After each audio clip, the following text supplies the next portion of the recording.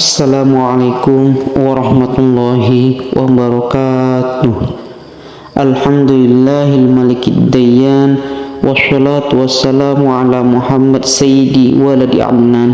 Allahumma sholli wa sallim ala sayyidina Muhammad wa ala alihi wa sahbihi ajmain, amma ba'd. Ikhwan fillah dimanapun berada, tidak lama lagi kita akan memasuki gerbang bulan Ramadan 1445 Hijriah, Ahad 29 Sya'ban atau 10 Maret yang akan datang. Setelah terbenamnya matahari, jika hilal berhasil dilihat, maka hari Senin 11 Maret kita mulai berpuasa. Sebaliknya, jika Ahad 10 Maret hilal tidak berhasil dilihat, maka hitungan bulan Sya'ban digenapkan menjadi 30 hari dan kita akan memulai puasa Ramadan pada hari Selasa 12 Maret 2024. Ikhwan fillah dimanapun berada, ibadah puasa memiliki keistimewaan yang tidak dimiliki oleh ibadah-ibadah yang lain. Di antaranya adalah seperti yang disabdakan oleh baginda Rasulullah Shallallahu Alaihi Wasallam, kullu amali ibni adam yudha'afu alhasanatu asyru amthaliha ila sab'i mi'ati dha'fin. Qala Allahu azza wa jalla illa shaum fa innahu li wa ana ajzi bih yad'u syahwatuhu wa ta'amahu min ajli. Setiap amal baik anak ibni Adam dilipat gandakan pahalanya. Satu kebaikan balasannya adalah 10 kali lipat hingga 700 kali lipat. Allah Ta'ala berfirman dalam hadis qudsi, kecuali puasa, karena sesungguhnya puasa itu milikku dan aku langsung yang akan membalasnya. Orang yang berpuasa meninggalkan syahwat dan makanannya karena aku. Hadis riwayat Muslim. Dalam hadis di atas disebutkan bahwa puasa adalah milik Allah. Kenapa puasa disebut secara khusus sebagai milik Allah, padahal semua kebaikan dan seluruh ibadah pada hakikatnya adalah milik Allah?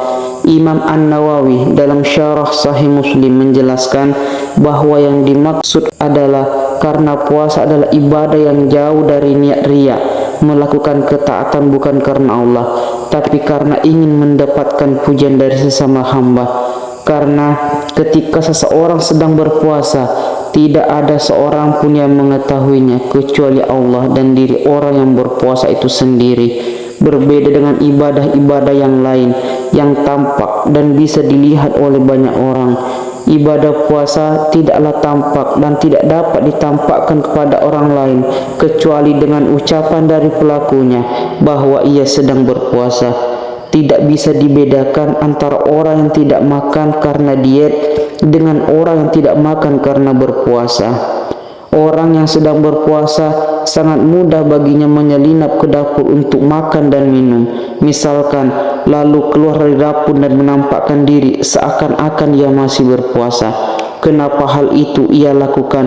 Karena tujuannya bukan ingin mendapatkan pujian dari sesama hamba, yang ia harapkan semata-mata hanyalah ridho Allah Ta'ala. Ikhwan fillah dimanapun berada, kenapa puasa dikhususkan sebagai ibadah yang dibalas langsung oleh Allah, padahal hakikatnya Allah lah yang membalas semua kebaikan? Jika kebaikan yang lain disebut berlipat ganda pahalanya menjadi 10 hingga 700, pahala puasa adalah pengecualian. Imam Nawawi dalam syarah Sahih Muslim menjelaskan, hal itu dikarenakan begitu besarnya pahala puasa dan begitu agung keutamaannya. Hanya Allah yang tahu seberapa besar pelipat gandaan pahala bagi orang yang berpuasa. Dengan melakukan puasa, seseorang bisa jadi dibebaskan secara total dari sisa api neraka. Akan tetapi, meskipun ibadah puasa memiliki kekhususan tertentu, para ulama menegaskan bahwa perbuatan yang paling utama setelah iman adalah sholat 5 waktu. Ikhwan fillah dimanapun berada, puasa Ramadan diwajibkan pada bulan Sya'ban pada tahun kedua Hijriah, mulai Nabi diwahyukan pertama kali hingga tahun kedua Hijriah. Umat Islam belum diwajibkan berpuasa. Itu artinya selama kurang lebih 15 tahun terhitung mulai Nabi menerima wahyu yang pertama sampai tahun kedua Hijriah, umat Islam belum diwajibkan berpuasa. Nabi berdakwah di Mekah selama kurang lebih 13 tahun. Setelah itu beliau diperintahkan berhijrah ke Madinah. Jadi pemberlakuan syariat Islam pada waktu itu berjalan secara bertahap dan tidak diberlakukan semuanya dalam satu waktu yang sama. Sebelum wafatnya Rasulullah Shallallahu Alaihi Wasallam berpuasa Ramadan sebanyak 9 kali puasa. Ikhwan billah dimanapun berada, puasa Ramadan termasuk maklum minad-din bid-darurah. Artinya hukum wajibnya puasa Ramadan diketahui oleh semua golongan, baik ulama maupun orang-orang awam. Karenanya orang yang mengingkari hukum wajibnya puasa Ramadan maka ia kafir, kecuali orang yang baru masuk Islam atau orang muslim tapi ia tinggal di daerah pedalaman yang jauh dari para ulama. Sedangkan orang yang tidak berpuasa Ramadan tanpa sebab syar'i, sebab yang dibenarkan oleh syariat, dan ia meyakini wajibnya puasa Ramadan, maka ia tidak kafir tapi termasuk pelaku dosa besar atau fasik. Ia diwajibkan mengqadha atau mengganti puasa yang ia tinggalkan. Ikhwan billah dimanapun berada, sebelum kita melakukan perkara apapun termasuk puasa Ramadan, maka kita diwajibkan untuk mengetahui ilmunya. Wajib bagi kita untuk mengaji dan mempelajari syarat sah puasa, syarat wajib puasa, rukun puasa, perkara yang membatalkan puasa, dan hal-hal lain yang berkaitan dengan puasa. Imam Bukhari dalam Sahih Bukhari menyebutkan salah satu bab dengan judul Babul Ilmi Qabla Al-Qaul wal Amal. Hal ini menunjukkan bahwa kita diwajibkan untuk mempelajari ilmu terkait dengan apa yang akan kita ucapkan dan apa yang akan kita perbuat.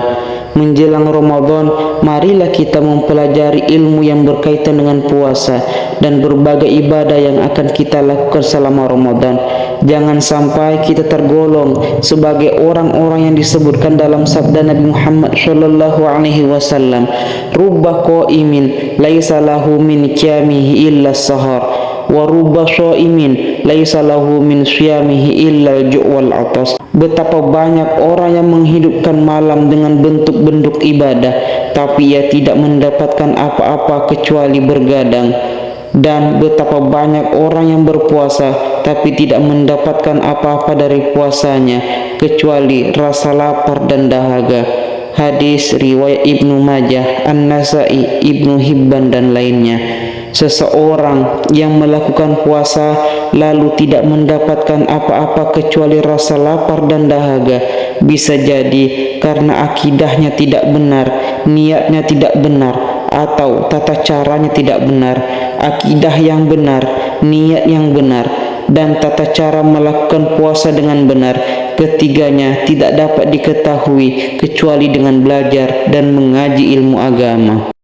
Ikhwan billah dimanapun berada, demikian pesan singkat ini, semoga bermanfaat dan membawa barokah bagi kita semua. Amin amin ya rabbal alamin. Wallahu a'lam bishawab.